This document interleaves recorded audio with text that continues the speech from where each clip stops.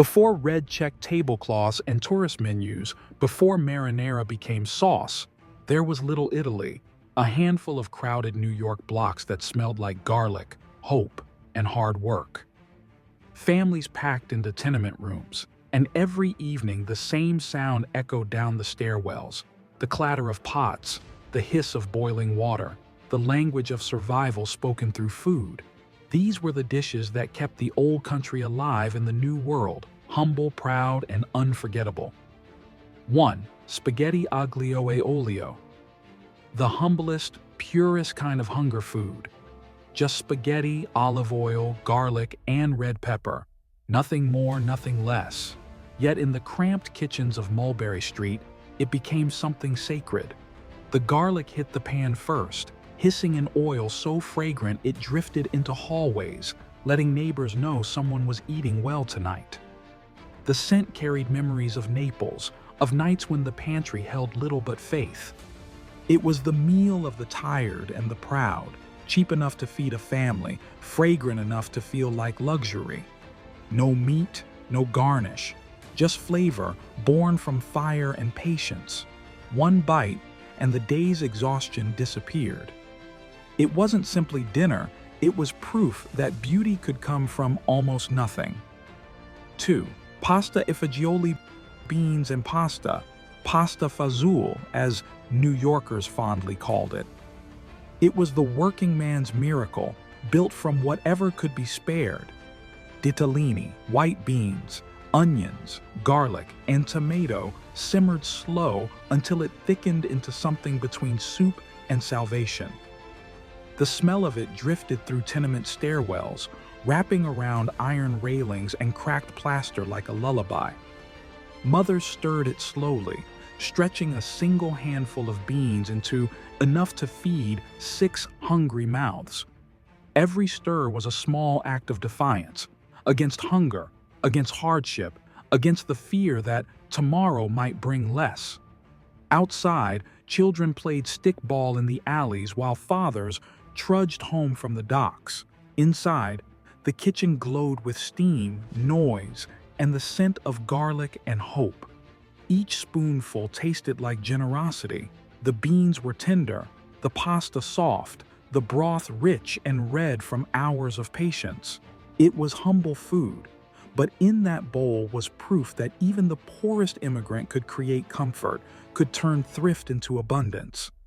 Pasta e fagioli wasn't just dinner, it was a reminder that love, when stirred long enough, could feed a whole building. 3. Spaghetti alla puttanesca. A sauce born of necessity and defiance, wild, fast, and proud. In the dimly lit apartments near Mulberry Street, you could smell it before you saw it. Anchovies sizzling in oil, garlic browning at the edges, capers and olives tumbling into crushed tomatoes. The air filled with salt and spice, sharp enough to wake the tired and the desperate. It was the taste of Naples, of alleyway kitchens and midnight appetites.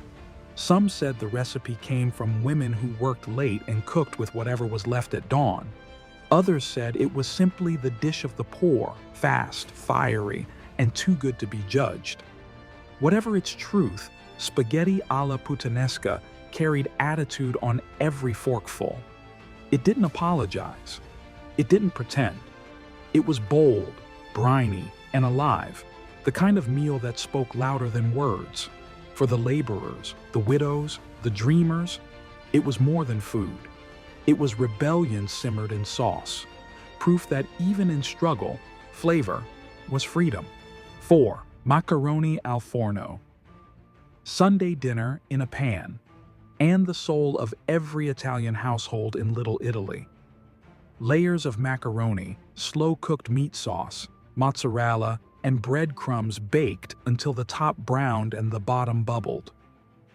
The smell of it floated out the window and down the street, drawing men home early from card games and children to the table before they were called. It was more than a meal. It was ritual. Saturday night was for rolling meatballs, simmering sauce, and saving leftovers. Sunday morning was for layering, each sheet of pasta like a memory, each ladle of sauce a story. When it finally came out of the oven, steaming and golden, neighbors would lean out of windows just to breathe it in. In those crowded apartments, macaroni al forno meant unity. It was family made visible, love made edible. Even the poorest households could taste royalty once a week, with a single pan that fed everyone and left no heart empty. It was patience baked into pasta, pride disguised as comfort, a feast for those who refused to forget where they came from. 5. Cavatelli with broccoli rabe. A bowl of memory disguised as a meal. Small curls of handmade pasta, rolled by palm, pressed by thumb, tossed in olive oil with bitter greens and garlic. The aroma was simple, the flavor fierce. Broccoli rabe wasn't meant to please the tongue easily. Its bitterness bit back, sharp, honest, unyielding, like the land the immigrants had left behind. In Little Italy, that bitterness was cherished.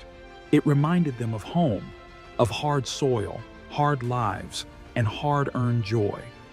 The oil softened the bite just enough, the garlic rounded it out, and every mouthful tasted like both loss and endurance. Mothers taught their children that bitterness had a place in life and on the plate.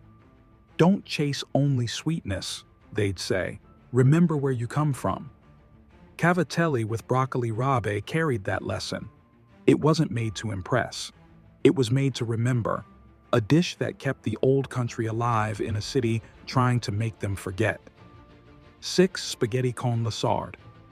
A Sicilian song turned into supper, and the closest thing the immigrants had to home by the sea, sardines, fennel, pine nuts, and raisins tangled through spaghetti, creating a flavor that was equal parts sweet and salt, earth and ocean. It was sunshine caught in a pan, cooked with the rhythm of old folk songs and the patience of those who missed the waves. In the narrow kitchens of Mulberry Street, the aroma of fried sardines and wild herbs turned city air into seaside wind. For the Sicilian families, it was more than nostalgia, it was identity. Every bite carried the memory of fishermen on the coast, of nets drying under the sun, of markets where fish was bartered for stories. It was a dish that divided the uninitiated, too bold, too strange, too alive. But for those who knew it, it was home. Spaghetti con la sarde reminded them that even in the shadows of New York's towers, the spirit of Sicily still simmered on every stove. It wasn't just a recipe, it was the sea, reborn in a tenement kitchen. 7. Orecchiette with tomato and basil. They called them little ears, round cups of dough that caught sauce the way children catch summer rain. Tomatoes simmered slowly on the stove, basil snipped from a pot that clung to the tenement's only sunny window, a drizzle of olive oil, a pinch of salt. That was all. But in that simplicity lived the heartbeat of the neighborhood. Mothers hummed lullabies from Puglia while stirring, the air rich with the smell of sweetness and patience. When the pot came to the table, kids leaned in close, steam fogging the glass. One taste and the noise of the street outside, the carts, the shouting vendors, the city itself melted away. Orecchiette al pomodoro was more than food. It was language, love, and memory served warm. 8. Lasagna alla Napolitana, layers upon layers of love. Sheets of pasta, ricotta, mozzarella, and tiny meatballs stacked high in a battered tin pan that had crossed the Atlantic in someone's trunk. It baked for hours, the cheese bubbling and the sauce turning dark and sweet. The scent rolled through hallways, down staircases, out onto Mulberry Street. Strangers smiled at each other because they all knew what that smell meant. Sunday, family, belonging. On birthdays and weddings, on paydays that finally felt generous, the pan came out and the whole building feasted.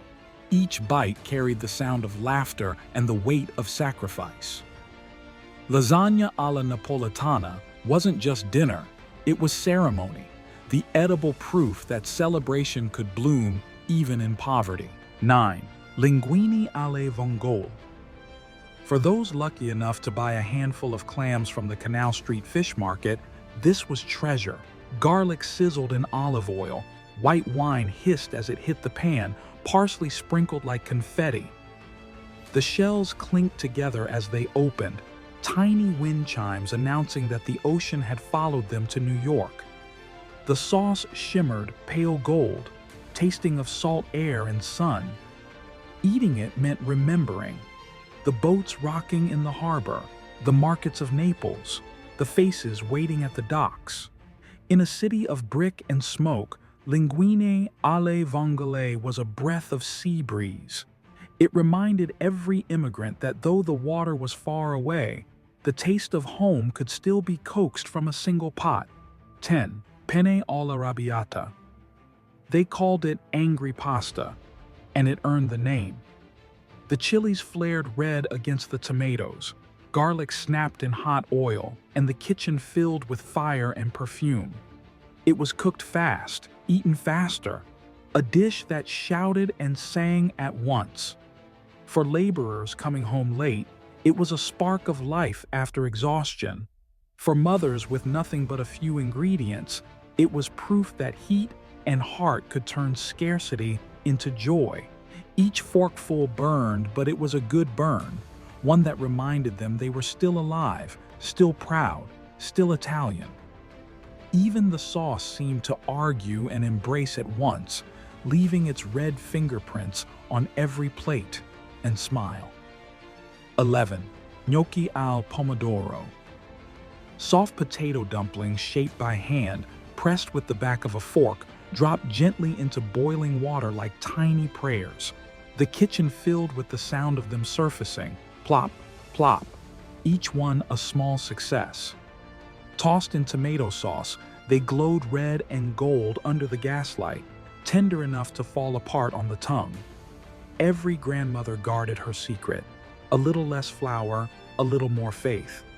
Making gnocchi took patience, but the reward was comfort so deep it could hush a room. Families ate in silence, smiling. It was food that forgave long days and empty pockets, proof that gentleness could survive even the hardest city. 12. Pasta con ceci. Chickpeas and broken noodles simmered together in garlic and olive oil until the broth turned creamy and thick. It was the meal of lean paydays and long winters, when the cupboard echoed but pride refused to bend. The smell was warm and nutty, the taste humble and soothing. One pot could feed everyone, from the baby to the dock worker. No one complained, because pasta con ceci didn't just fill bellies, it softened the sharp edge of worry. It reminded them that comfort didn't need luxury, only care. In those nights when the wind howled through cracked windows, this bowl of golden broth felt like an act of kindness. Tagliatelle al ragu. Long ribbons tangled in a sauce that took half a day and a lifetime of knowing. Ground meat browned with onion, garlic, and wine, then left to collapse into tomatoes until it turned to velvet. The smell crept up stairwells, marking time itself. Everyone knew which family had started their ragu that morning. The first spoonful was heavy with love and labor. You didn't rush it, you waited, you listened to it bubble, you tasted until it whispered that it was done. When the tagliatelle finally hit the plate, silence fell. It was more than a meal. It was a history lesson written in sauce. 14. Bucatini alla matriciana. Thick, hollow noodles that carried sauce like a secret. Tomatoes, cured pork, and pecorino came together with smoke and salt, splattering shirts and baptizing diners in red. Nobody cared. The kitchen rang with laughter and the scrape of forks against enamel plates. It was the taste of Rome reborn in Manhattan's narrow streets, sharp, bold, unapologetic. A red-stained shirt was a badge of honor. It meant you'd eaten well, laughed hard, and forgotten the day's burdens. Bucatini all'amatriciana wasn't polite, but it was perfect. Every bite a reminder that joy, like sauce, is meant to be messy. 15. Fettuccine al burro. Before it became Alfredo, it was simply butter, cheese, and grace. A pot of fettuccine boiled on a narrow stove while, in another pan, butter melted into gold. Each strand was lifted and twirled through that liquid silk until it glistened, then showered with parmesan that vanished on contact. For immigrants who counted every coin, this was luxury, the taste of abundance made from almost nothing. It was soft, rich, and honest, filling the apartment with a scent so gentle it hushed conversation. Families would gather close, forks clicking, laughter rising as the first bite melted on their tongues. Fettuccine al burro proved that celebration didn't need wealth, it only needed warmth, patience, and a little butter that refused to burn. 16. Ravioli di ricotta.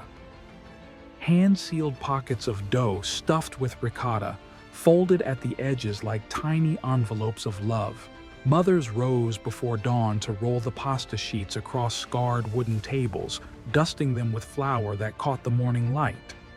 Their hands moved in rhythm, fill, press, cut, just as their mothers had in Sicily and Campania. The kitchen smelled of milk, egg, and quiet devotion. When the family gathered, the room grew still. You could hear only the soft scrape of spoons, the sigh that came after the first bite. Each raviolo was tender enough to fall apart, strong enough to hold memory. It was work, yes, but also worship. A prayer said not with words, but with dough. 17. Spaghetti alla carbonara, pancetta, and cheese. No cream, no shortcuts, no waste. It was a dish born from scarcity and genius, built on instinct rather than recipe. The heat of the spaghetti turned the eggs to silk, wrapping every strand in gold, while bits of pancetta snapped with salt and smoke. The sauce shimmered like morning light on brass rails. To taste, it was to feel comfort disguised as sophistication. It carried the flavor of the coal miners who first cooked it in Rome, and of the New York laborers who remade it after long shifts. Every forkful said the same thing: we can turn what's left into something worth remembering. 18. Pasta al tonno, canned tuna, garlic, tomato, and a little courage. That was all it took. Quick, cheap, and unexpectedly rich, it was the weeknight lifeline of tired families who still wanted dinner to feel like dignity. Mothers opened the tins with a practiced flick, drained them into sizzling olive oil, and stirred until the scent of the sea filled the room. The children would groan at first, then race for seconds. The sauce clung to every noodle, modest yet full of strength.